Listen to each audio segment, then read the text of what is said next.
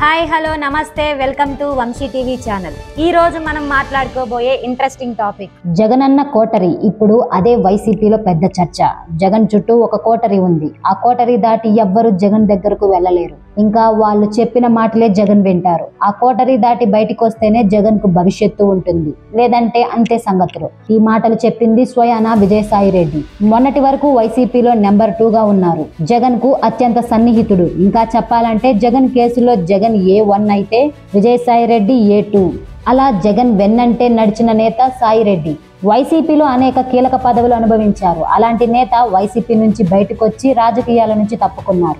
వైసీపీలో అనేక అవమానాలు భరించి చివరికి బయటకు వచ్చానని సాయిరెడ్డి చెప్పిన విషయం తెలిసిందే. ఇప్పుడు ఆయన సడన్ గా కోటరీ గురించి మాట్లాడారు.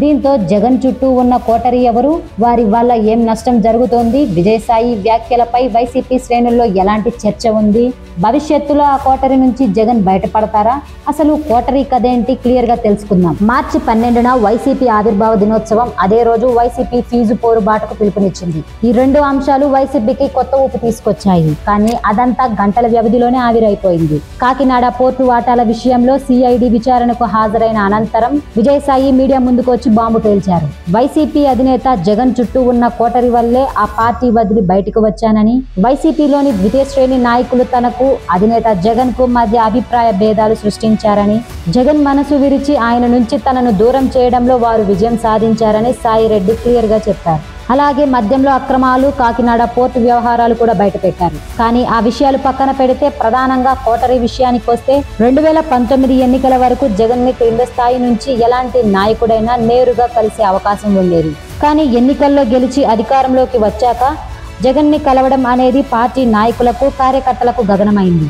ఎమ్మెల్యేలు, ఎంపీలకు సైతం జగన్ దొరికేవారు కాదు. ఏమున్నా సరే ఆయన కోటరీలో ఉన్న నేతలే చూసుకునేవారు. ఆఖరికి మంత్రుల పరిస్థితి కూడా అంతే. ఆ కోటరీ వల్లే జగన్ కు గ్రౌండ్ రియాలిటీ తెలిసేది కాదు. చాలా మంది కీలక నేతలు కూడా దూరం కావాల్సి వచ్చింది. మరి ఇంతకు జగన్ చుట్టూ ఉన్న కోటరీ ఎవరంటే అందరికీ క్లియర్ గా సజ్జల రామకృష్ణారెడ్డి, వైవి సుబ్బారెడ్డి, పెద్దిరెడ్డి రామచంద్రారెడ్డి, చెవిరెడ్డి భాస్కర్ రెడ్డి వీరంతా కనిపించేవారు. కనపడని మరొకరు ధనుంజయ రెడ్డి అని ఆ పార్టీ వారే గట్టిగా చెబుతారు.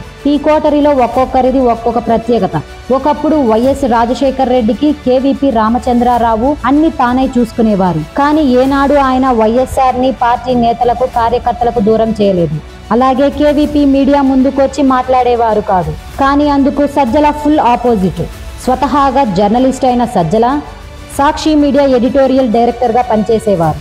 అలాంటి సజ్జల సలహాదారుడిగా వచ్చి జగన్ కు దగ్గరయ్యారు. ప్రతి మంత్రి శాఖలో ఆయన ముద్రే ఉండేది. ప్రతి దానికి ఆయనే మీడియా ముందుకొచ్చేవారు. అటు ఆయన తనయుడు సజ్జల భార్గవ్ రెడ్డికి సోషల్ మీడియా అప్పజెబితే ఏం జరిగిందో అందరికీ తెలుసు.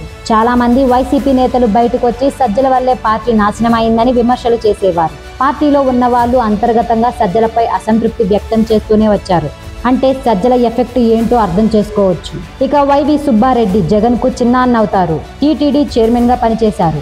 సొంత పార్టీలో కొందరు నేతలనే ఇబ్బంది పెట్టారనే ఆరోపణలు వైవీపై ఉన్నాయి. అటు ఈయన తనయుడు విక్రాంత్ రెడ్డి అక్రమ మైనింగ్, పోర్టల్ వాటాలు తీసుకోవడం లాంటివి చేశారని ఆరోపణలు ఉన్నాయి. ఇప్పుడు విజయసాయి రెడ్డి కూడా కాకినాడ పోర్టల్లో విక్రాంత్ పేరు తీసుకొచ్చారు. అటు చెవిరెడ్డి ఈయనదో ప్రత్యేకత అంట. సొంత పార్టీ వాళ్ళ గురించి జగన్ కు నెగిటివ్ గా చెప్పడంలో చెవిరెడ్డి ముందుండేవారట. ఇక ఈయన పైకి వెళ్ళగానే క్రమంలో సొంత పార్టీ వాళ్ళనే పక్కకు జరిపే రకమని టాక్. పెద్దిరెడ్డి గురించి ప్రత్యేకంగా చెప్పుకోవాల్సిన పని లేదు. ఆయన కింగ్ మేకర్. ఆయన పార్టీలో ఏది చెబితే అదే వేదం అన్నట్లు ఉంటుంది. ఈయన తనయుడు పెద్దిరెడ్డి మిథున్ రెడ్డి మైన్స్, లిక్కర్ వ్యవహారాల్లో చక్రం తిప్పారు. ఇలా జగన్ చుట్టూ ఇలా నేతలు కోటరీగా ఏర్పడి ఇంకా ఎవరిని జగన్ కు దగ్గర కాకుండా చేసి పార్టీకి దూరం చేశారు. జగన్ కు పార్టీ నాయకులనే కాదు, ఆఖరికి ప్రజలని కూడా దూరం చేశారు. అందుకే ఎన్నికల్లో ఘోర ఓటమి. మొత్తానికి ఈ కోటరీ వల్ల చాలా మంది నేతలు బలయ్యారు. అందులో విజయసాయి రెడ్డి కూడా ఒకరు. ఇప్పుడు ఆయన మాట్లాడడం వల్లే కోటరీ పవర్ ఏంటో అర్థమైంది. అలాగే అధికారంలో ఉండగా వీరి సంపాదనకు లెక్కే లేదని పార్టీలో టాక్. ఇక పార్టీకి జగన్ కు వీర విధేయుడిగా ఉండి విజయసాయి రెడ్డి కోటరీ గురించి మాట్లాడాక పార్టీ శ్రేణుల్లో చర్చ మొదలైంది. కరుడుగట్టిన పార్టీ నాయకుడిగా ఉండే సాయిరెడ్డి ఇలా మాట్లాడుతున్నారంటే ఆ కోటరీ వల్ల ఎంత నష్టం జరిగిందో అర్థమవుతుందని, ఇప్పటికైనా వారిని దూరం పెట్టి నాయకులకు, కార్యకర్తలకు జగనన్న దగ్గర కావాలని, ప్రజల్లో ఉండాలని అభిమానులు కోరుతున్నారు. మరి జగన్ ఇప్పటికైనా కోటరీ నుంచి బయటకు వస్తారో లేదో చూడాలి. ఈ వీడియోపై మీ అభిప్రాయాన్ని కమెంట్ రూపంలో తెలియజేయండి. మరిన్ని అప్డేట్స్ కోసం చూస్తూనే ఉండండి మన వంశీ టీవీ ఛానల్.